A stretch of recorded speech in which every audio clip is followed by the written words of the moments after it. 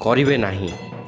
ଏହି ତିନୋଟି ମଧ୍ୟରୁ ଯେକୌଣସି ଗୋଟିଏ ଭୁଲ କଲେ ମଧ୍ୟ ବହୁତ ବଡ଼ ଅଘଟଣ ଘଟିବ। ଅକାତ ପାଣି। ପ୍ରଥମ ଭୁଲ କରିବେ ନାହିଁ। ଯେବେ ବି ଡଙ୍ଗାରେ ବସିକି ମାଆଙ୍କ ପାଖକୁ ଯାତ୍ରା କରିବେ, ମନରେ ମା କାଳିଜାଇଙ୍କର ନାଁ ଧରିକି ଯାତ୍ରା କରିବେ। ଜୟ ମା କାଳିଜାଇ, ଜୟ ମା କାଳିଜାଇ, ଜୟ ମା କାଳିଜାଇ ମାଆଙ୍କ ନାଁ ଧରିକି ଯାତ୍ରା କରିବେ।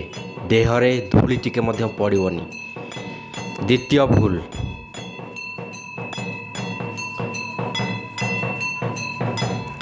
ଯେବେ ବି ଡଙ୍ଗାରେ ବସିକି ମା କାଳିଜାଇଙ୍କ ପାଖକୁ ଯାତ୍ରା କରିବେ, ମନରେ ଖରାପ ବିଚାର ଆଣିବେ ନାହିଁ। ତୃତୀୟରେ, ଯେବେ ବି ମାଆଙ୍କ ପାଖରେ ଯାଇକି ପହଞ୍ଚିବେ,